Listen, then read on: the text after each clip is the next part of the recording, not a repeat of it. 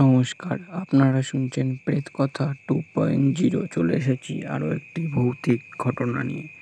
আশা করছি ঘটনাটি আপনাদের ভালো লাগবে। তো গল্পটা স্কিপ না করে শেষ অবধি শুনবেন। আর এটি একটি সত্য ঘটে যাওয়া ঘটনা। তো চলুন শুরু করা যাক। গল্পের নাম রাত 12টার ট্রেন। অমৃত সাদাসিধে ছেলে, কলকাতার কলেজে পড়াশুনো করে। পরীক্ষা শেষ হয়েছে, সে যাচ্ছে আসানসোল দাদুর বাড়ি। রাত 12টার ট্রেন ধরেছে। কামরা প্রায় ফাঁকা, ঠান্ডা কুয়াশায় ঢাকা প্ল্যাটফর্ম। আশেপাশের দোকানগুলোও বন্ধ, যেন এক ভৌতিক ছবির দৃশ্য। কামরায় উঠেই সে লক্ষ্য করল একজন সাদা ধুতি পাঞ্জাবি পরা বৃদ্ধ জানালার পাশে বসে আছেন। চোখ দুটো অস্বাভাবিকভাবে কুঁচকে আছে, মুখে অদ্ভুত হাসি। আর ট্রেনে সেই বৃদ্ধ ছাড়া আর কেউ নেই। অমৃতই প্রথম কথার সূচনা করলো। বৃদ্ধকে জিজ্ঞাসা করলো, আপনি কোথায় নামবেন? বৃদ্ধ ধীর গলায় বললেন, আমি এই লাইনের পুরনো যাত্রী, বহুদিন ধরে এই পথেই চলি।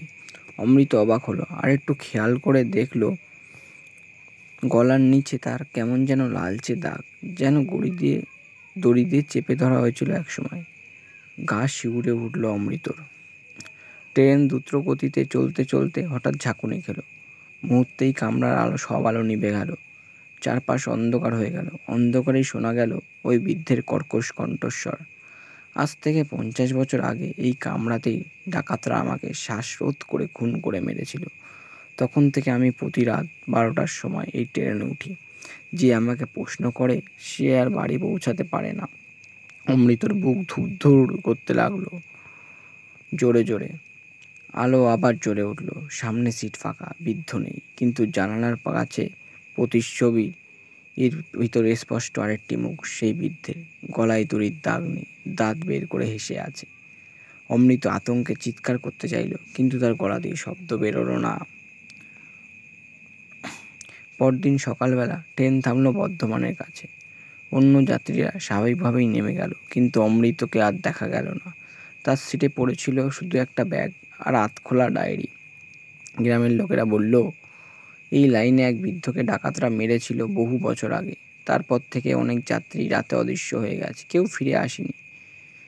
অমৃতর ডায়েরির শেষ পাতায় শেষ কয়েকটি লাইন পুলিশ উদ্ধার করলো। সেই লেখাগুলো ছিল, আমার হাত কাঁপছে, যদি আমি বেঁচে না থাকি, তবে যে কেউ এই ডায়েরি পড়ছো, জেনে রাখো এই ট্রেনের এই বৃদ্ধ সত্যিই জীবিত নন। আমি জানি না এখন আমার কি হবে। এই ডায়েরিতে এরপর আর কোনো লেখা নেই। তো এখানেই গল্পটি শেষ হলো। গল্পটা আপনাদের কেমন লাগলো অবশ্যই কমেন্ট করে জানাবেন। গল্পটা যদি ভালো লেগে থাকে অবশ্যই করে লাইক, কমেন্ট এবং সাবস্ক্রাইব করে দেবেন, এবং বন্ধুদের কাছে শেয়ার করতে ভুলবেন না। এবং পরবর্তী সময়ে আপনাদের গল্প শুনতে থাকবেন।